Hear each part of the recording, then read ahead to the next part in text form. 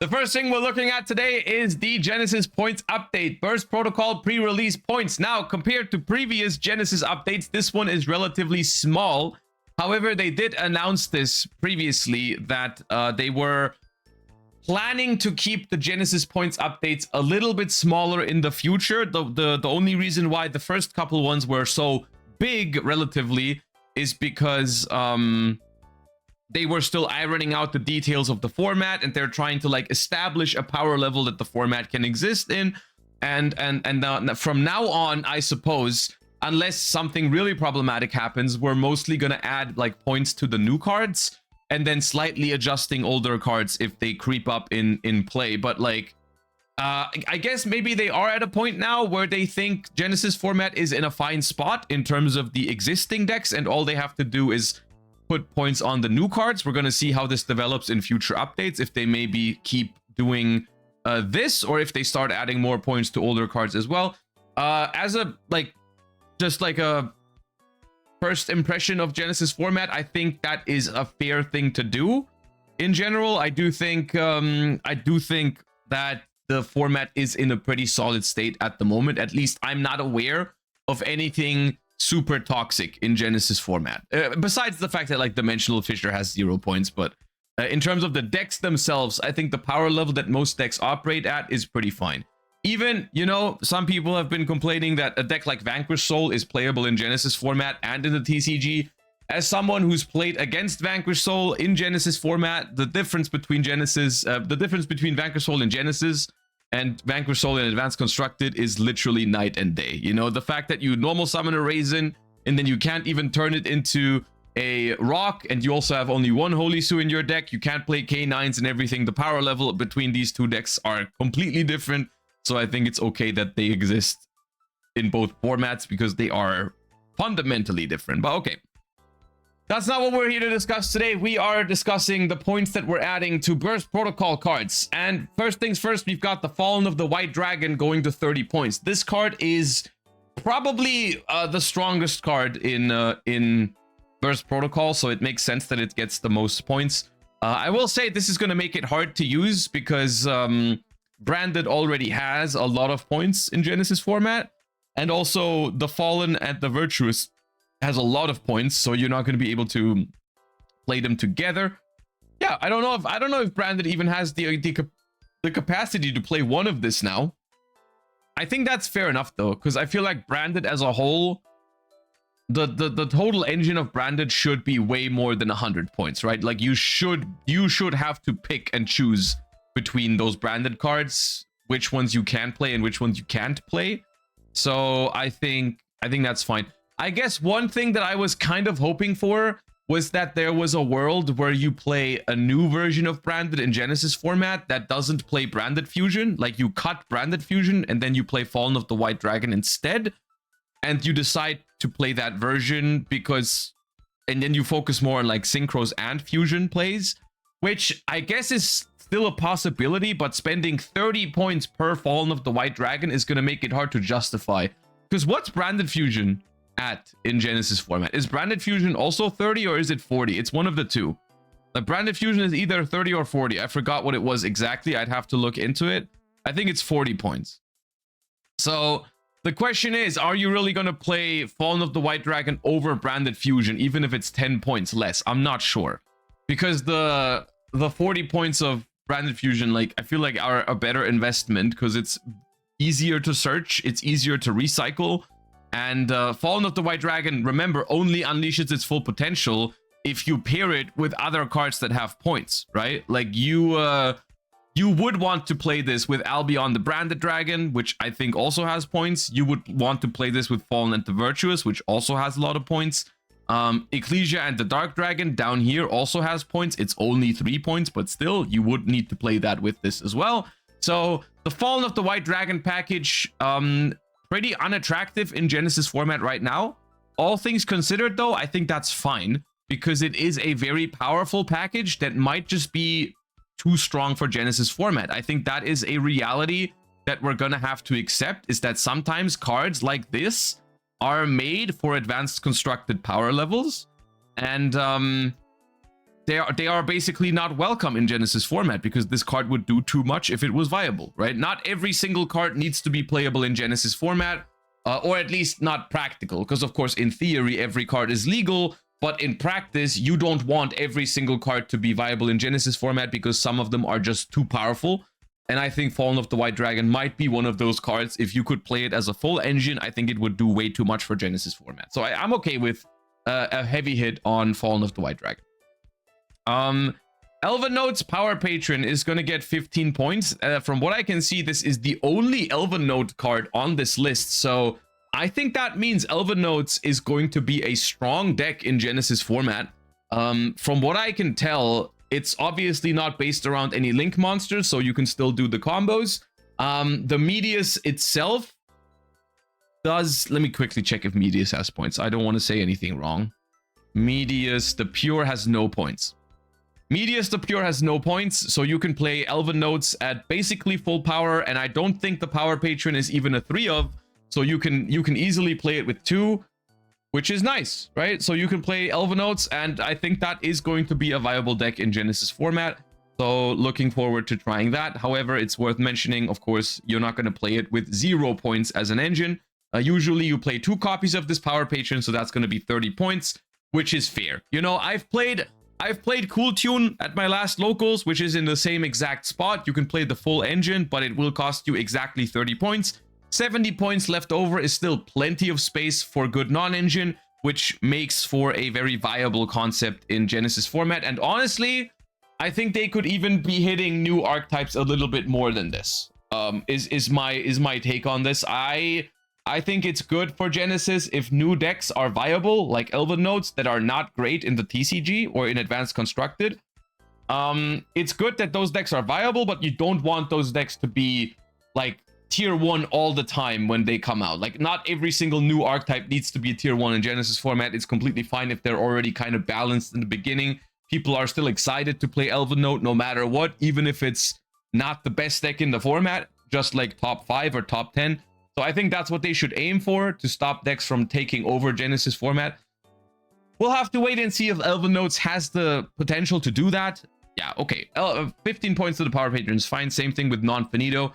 15 points to the new Archmage is definitely warranted. Archmage is still a good deck in Genesys format, and getting a new tool would have made it even stronger. So this thing having 15 points is definitely good. Spenta is going to 15, which is pretty playable, I would say, all things considered. I think Spenta is, for Genesys format, even a better card than Fallen of the White Dragon, simply because the cards that are surrounding Spenta are not as high point as the cards that are surrounding the Fallen of the White Dragon. Now, we don't have the Link monster, which I guess makes this card a little bit weaker. Yeah, maybe that's fair enough. But like, still, Spenta, Search Zoroa, Normal Summon Zoroa, equip it, special back Spenta. Then you make the level 8 Synchro. The level 8 Synchro gets equipped. You make a Doomed Dragon. There's still a lot of things you can do with it. It's still a strong card. You can also activate it to search Crowley, if that makes sense. Or like, you can probably play like Invoked Megistus. Yeah, it's a 1-card Ecclesia and the Dark Dragon as well, for whatever that's worth. I think this card has potential even without the Link monster in Genesys format, but 15 points is probably a fair point to start, right? Because the rest of Megistus, as far as I know, is completely free. I don't think there's another Megistus card on here. It is just Spenta. Invoked Kaliga is on there, but other than that, there's no invoked cards on there either. Meltdown is not on there. So you can play invoked Megistus stuff completely free, basically, except for the 45 points for Spenta. So yeah, that's something. Sheena, Twin Tempests of Celestial Thunder, 10 points. And then Zalen, the Shackled Dragon, also 10 points. I think both of these are pointed too low, in my personal opinion. From what I know about Genesys format, I think both Radiant Typhoon and Cool Tune are both already pretty strong decks. And for them to get both of these 2 new tools, not free, right? 10 points is not free. If you want to play 3 Sheenas, that's 30 points. If you want to play a Zalen in Cool Tune, which you definitely want to, that's another 10 points. those cards are really powerful, and I think they could have definitely been a little more expensive. Gut feeling, Sheena could have easily been 13 to 15 points, so that you can still afford a playset, but it's like 45 instead of 30. I think that would have been fair because the card is really powerful, especially for Genesys standards. And Zaylin the Shackled Dragon, more around 20. 20 would have been appropriate for this card. Now, I know Zaylin is not just straight up an Omni Negate, but it often emulates that. Like, it can be that in a lot of ways. And I think they should have both had more points, just a little bit. Like I would have been okay with, let's say, 15 on Sheena and 20 on Zaylin. I mean, I'm happy they're getting some points, so they're not completely free. But I do think, in general, the theme of this update, I think, is that I feel like they should be pointing more cards, the new cards, a little bit more aggressively, just a little bit, not a crazy amount, but like couple more points on some of these cards would have been nice. K9X Ripper M goes to 10 points. Sure, fine. I think this card is okay, but wiping the entire board is more powerful in Genesys format, where there's a little bit less recursion and ways to stop it. So 10 points on that card is fine, especially because this card also can see play in Radiant Typhoon. I think that's the main idea here. This is a rank 9 wind monster that Radiant Typhoon could make. So giving it 10 points, I think, is fair enough. Then we've got Forbidden Crown going to 10 points. This is fair. This is a good card, but nothing too crazy, I think, for Genesys format standards. 10 points for this card is fair enough. I'm happy about that. And then we've got Mercurium, the Living Quicksilver, going to 10 points as well. This card, I don't know if there's a deck right now that is going to summon it. This is the kind of card, we've talked about it before when it was announced for the TCG. I'm not a fan of this card because the cards, the things that it does and the things it facilitates are not healthy. Like, this is basically a combination of like Lavalval Chain and Abyss Dweller, which I think both of those cards have a lot of points in Genesys format. I don't know how easy it's going to be to make a rank 10 exceed in Genesys format, but I think there is a chance that if at any point there's a new level 10 deck, then this card is going to need more points in Genesys format. It's worth mentioning that the aspect of sending a monster from deck to grave is not as easy in Genesys because you cannot make a link with this card, which of course is like the way you do this in Advanced Constructed is you summon it, you attach a monster that you want in your grave, and then you link with it. That's something you can't do in Genesys, so that aspect of the card is significantly weaker. But the Floodgate aspect is still there, right? Like, if you play against any deck that has graveyard effects and you just happen to share some attributes in your deck with that deck, then you can just make the rank 10 and basically put them under Abyss Dweller, which is annoying. And I can't think of a deck that does it right now, so for now, I'm not super worried, but in the long term, I think this card is going to need more points. In the long term, it's just going to need more points, and that's that. But for now, it's whatever. And then the Ecclesia, we've talked about it already. 3 points to it, just so it's not completely free. I wonder if there is some interesting uses for this card, even outside of the Fallen of the White Dragon.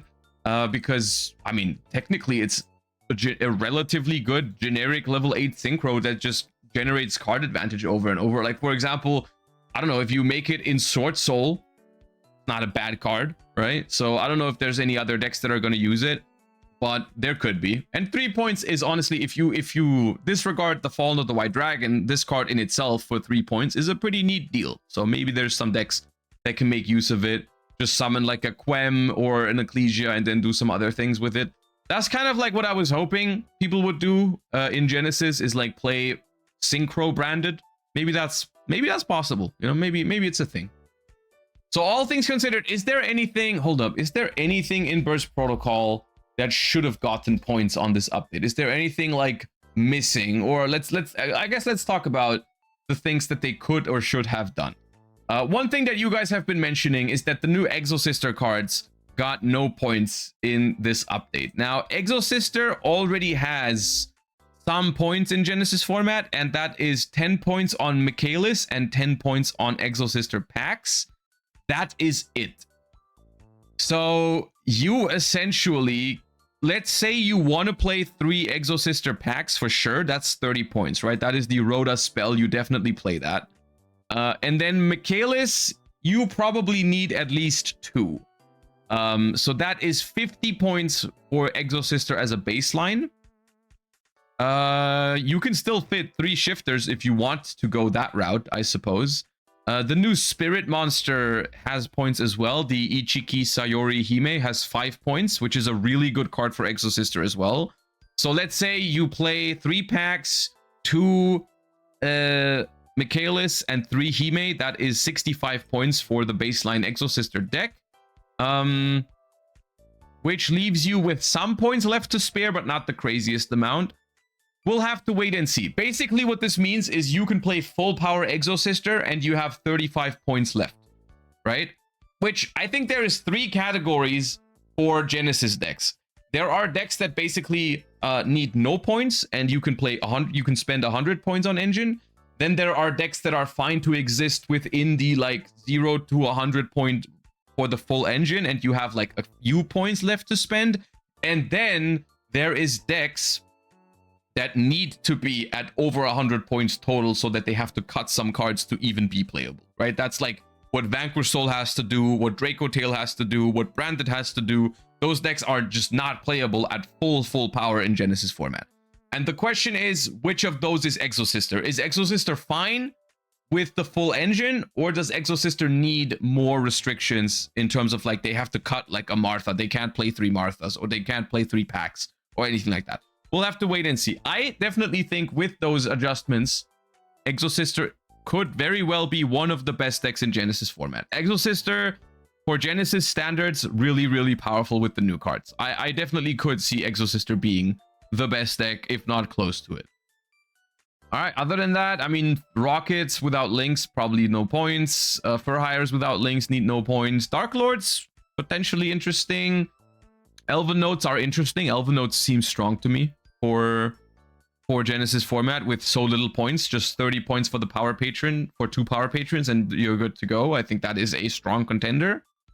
So those are probably the biggest winners from Burst Protocol of this update. I think Exosister and Elven Notes, definitely strong top tier contenders, and Radiant Typhoon as well as Cool Tune are walking away relatively well from this update because they're getting new tools for relatively cheap points.